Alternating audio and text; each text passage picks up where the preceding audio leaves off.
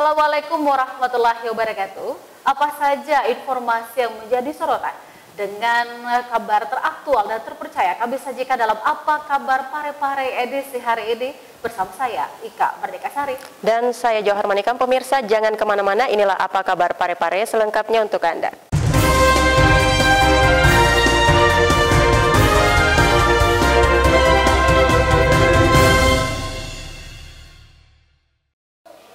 Pemirsa, Polres Parepare melakukan tes urin secara mendadak kepada 276 personilnya baru-baru ini.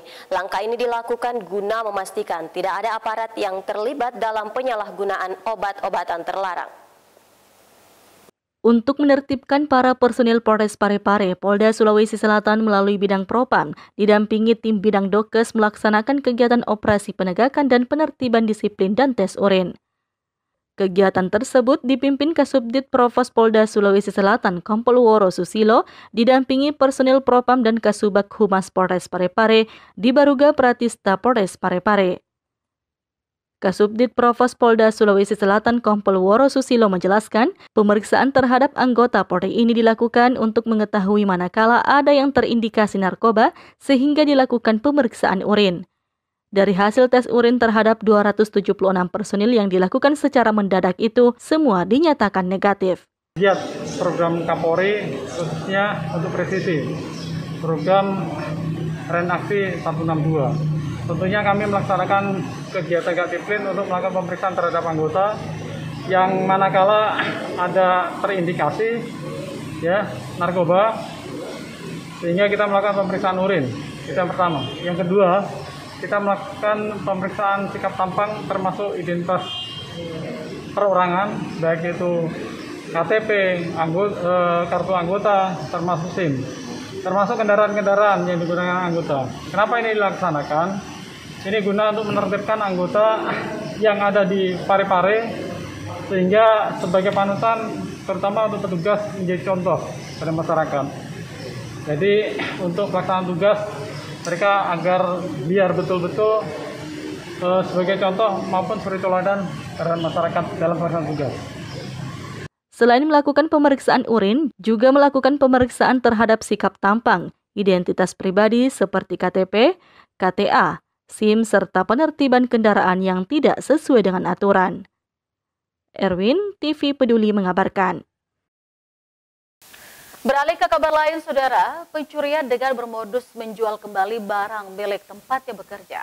Seorang wanita ditahan di Mapolres Parepare.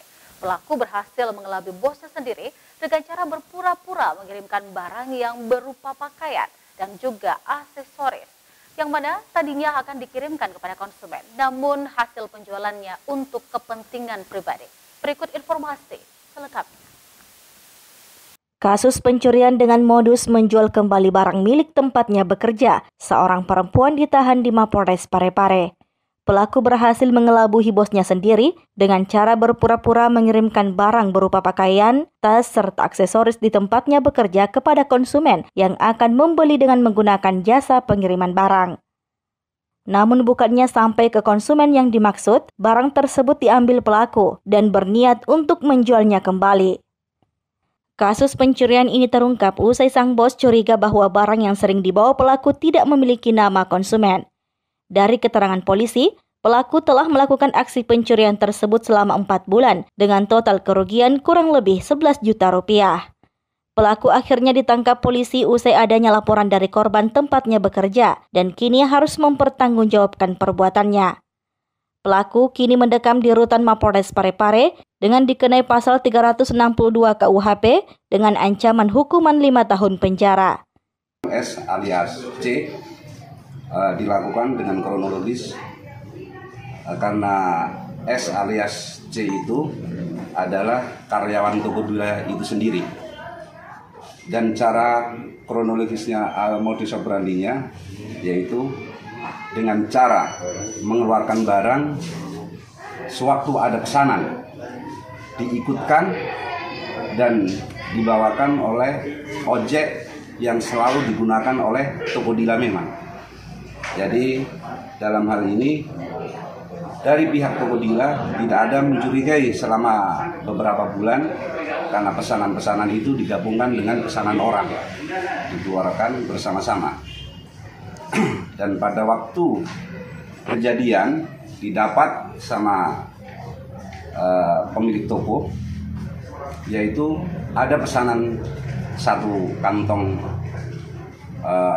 plastik warna merah, ternyata yang dikeluarkan 2. Setelah dicek, yang satu tidak ada pemiliknya.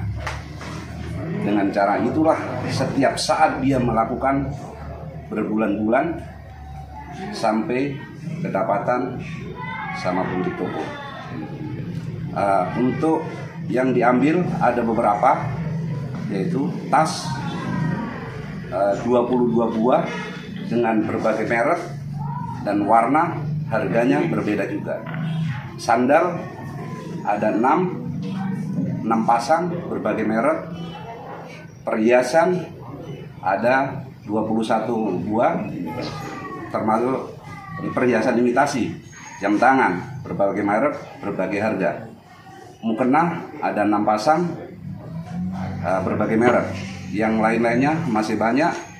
Total kerugian sekitar 11.772.000. Erwin, TV Peduli mengabarkan. Kita beralih ke informasi lainnya, pemirsa. Seorang pria nekat tikam pacar mantan istrinya di bagian pundak dengan menggunakan pisau dapur. Motif kejadian ini dipicu karena adanya rasa cemburu dan dendam lama terhadap korban sehingga akhirnya terjadi percekcokan dan berakhir penikaman. Karena cemburu dengan pasangan mantan istrinya, seorang pria nekat menikam pacar mantan istrinya di bagian pundak dengan menggunakan pisau dapur. Dari keterangan polisi, kronologi penikaman terjadi karena adanya rasa cemburu dan dendam lama terhadap korban hingga akhirnya terjadi percekcokan dan berakhir penikaman. Penikaman ini terjadi di wilayah hukum Polsek Soreang di Jalan Sumur Jodoh, Kelurahan Watang Soreang, Kecamatan Soreang. Maka untuk mempertanggungjawabkan perbuatannya, pelaku yang berinisial AR kini mendekam di tahanan Mapolsek Soreang dan dikenai pasal 351 ayat 1 tentang penganiayaan dengan ancaman hukuman 2 tahun 8 bulan penjara. Sementara korban dirawat di Rumah Sakit Umum Daerah Andi Makassau untuk mendapatkan perawatan medis. Dalam kasus ini terjadi modusnya karena kasus dendam lama atau kecemburuan dengan mantan istrinya. Saya kira itu dengan kronologis pada kejadian tersebut tersangka sementara melintas di depan rumahnya korban. Korban tiba-tiba melihat dan di situ ada teguran baku tengkar dengan tersangka bertengkar dengan korban. Terjadi perkelahian baku gumul. Setelah itu tersangka mengeluarkan pisau dapur dan menikam di bagian punggungnya. Sementara korban dirawat di Rumah Sakit Andi Makassau tipe B, Kota Parepare. Korban itu siapa, Pak? Istrinya sendiri atau pacarnya istri? Korban adalah pacar mantan istrinya. Mantan istrinya. Jadi karena ini sudah bercerai, tapi kemungkinan masih ada hati, jadi tidak bisa diganggu. Terjadilah perkelahian dan dari pihak tersangka mengeluarkan pisau dapur. Pasal yang dikenakan, Pak? Jadi pasal yang dikenakan di sini 351 ayat 1 dengan ancaman hukuman 2 tahun 8 bulan. Dan tersangka sementara sudah ditangani di Polsek Soreang dan ditahan di rutan Polsek Soreang. Erwin, TV Peduli mengabarkan. Terima kasih Abasi setia terus bersama kami saudara. Pokja 3 tim penggerak PKK Kota Parepare mengikuti lomba video Hatinya PKK yang digelar dalam rangka Hari Kesatuan Gerak Pemberdayaan Kesejahteraan Keluarga HKG PKK ke-49 tingkat Provinsi Sulawesi Selatan. Kabar selengkapnya berikut untuk Anda. Baru-baru ini Pokja 3 tim penggerak PKK Kota Parepare melakukan kunjungan kepada 3 rumah binaan Pokja 3 guna melakukan pengambilan video untuk lomba hatinya PKK yang digelar dalam rangka HKG yang ke-49 tingkat Provinsi Sulawesi Selatan. Adapun 3 lokasi tersebut diantaranya Kecamatan Soreang, Kelurahan Lemoe, Kecamatan Bacukiki, dan Kelurahan Dumpue, Kecamatan Bacukiki Barat. 3 lokasi tersebut dipilih sebagai perwakilan pada lomba video hatinya PKK karena dinilai telah memenuhi semua indikator persyaratan yang terdapat pada lomba. Hal tersebut diungkapkan langsung Wakil Ketua Pokja 3 TP PKK Kota Parepare, Haja Rostina, yang ditemui usai kegiatan kunjungan di Bacukiki Barat. Sesuai dengan surat dari PKK Provinsi melalui Ketua Tim Penggerak PKK Kota Parepare, diberikan tembusan kepada semua pekerja yang sesuai dengan tugasnya. Dengan adanya tugas yang diberikan kepada kami bahwa untuk Pokja 3 diikuti lomba video hatinya PKK. Ada beberapa indikator yang ada di situ sesuai dengan suratnya. Antara lain yang bisa saya sampaikan bahwa kelompok pangan, ya, kelompok toga, apoti hidup, kolam ikan, kemudian peternakan. Nah, dari 3 beberapa indikator ini kita melihat binaan kami karena dia minta hanya 3 rumah, di mana kami memilih lokasinya. Perwakilan dari Kecamatan Soreang tadi ada Pak Marwan punya rumah, Ibu Pika, kemudian yang kedua rumah di Kelurahan Lemoe, Kecamatan Bacukiki, rumahnya Ibu Ica, kemudian Kelurahan Dumpue berada pada Kecamatan Bacukiki Barat, namanya Pak Haji Ilyas. Nah, di mana kita lihat tadi bersama kita sudah mengambil gambar. Nah, alhamdulillah hasil binaan kami insya Allah kita akan optimalkan untuk tetap melakukan pembinaan bukan saja 3 rumah ini, tetapi kita lebih mengembangkan ke kelurahan-kelurahan lain agar hatinya PKK ini akan dilaksanakan oleh masyarakat yang kami bina. Persiapannya kemarin karena baru minggu kemarin suratnya, tetapi kan ini persiapannya masyarakat binaan kami ini selalu siap, maksudnya setiap hari kita lihat sendiri tertata semua berdasarkan hatinya PKK. Dan rumah 3 lokasi tadi ini Bu sudah memenuhi semua indikator ya Bu ya? Ya, kalau saya melihat indikator yang sesuai dengan suratnya sudah terpenuhi semua. Ya, semoga 3 lokasi di 3 rumah yang kita pilih dia bisa bersaing di tingkat kabupaten kota di Provinsi Sulawesi Selatan. Semoga kita berdoa semua Parepare bisa mendapat 3 besar. Sri Ayu, TV Peduli mengabarkan.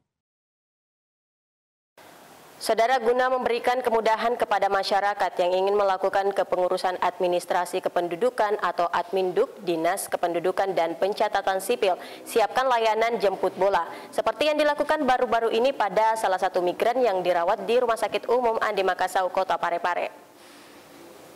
Dinas Kependudukan dan Pencatatan Sipil Kota Parepare terus melakukan berbagai upaya guna memberikan kemudahan kepada masyarakat yang ingin melakukan kepengurusan administrasi kependudukan atau Adminduk, salah satunya layanan jemput bola di Rumah Sakit Umum Daerah Andi Makassau, Kota Parepare. Dalam hal ini, perekaman data KTP elektronik bagi pekerja migran Indonesia asal Makassar yang dipulangkan dari Malaysia pada tanggal 30 April kemarin dan sampai saat ini masih menjalani perawatan di Rumah Sakit Umum Daerah Andi Makassau. Kepala Dinas Kependudukan dan Pencatatan Sipil Kota Parepare mengharapkan setelah perekaman ini, yang bersangkutan sudah bisa mengakses layanan publik khususnya layanan kesehatan sesuai dengan dokumen kependudukan yang dimiliki dan dapat melanjutkan perawatan di panti sosial yang dikelola oleh pemerintah Provinsi Sulawesi Selatan. Hari ini Dinas Kependudukan dan Pencatatan Sipil Kota Parepare melakukan perekaman data KTPL bagi pekerja migran Indonesia asal Makassar yang dipulangkan dari Malaysia tanggal 30 April yang lalu dan sampai saat ini masih menjalani perawatan di Rumah Sakit Umum Andi Makassau. Setelah berkoordinasi dengan berbagai pihak terkait, perekaman dimaksud kami tuntaskan. Harapannya, setelah perekaman ini, yang bersangkutan sudah bisa mengakses layanan publik khususnya layanan kesehatan sesuai dokumen kependudukan yang dimiliki dan dapat melanjutkan perawatan di panti sosial yang dikelola oleh pemerintah Provinsi Sulawesi Selatan, Panti Sosial Mapakasunggu. Sri Ayu, TV Peduli mengabarkan.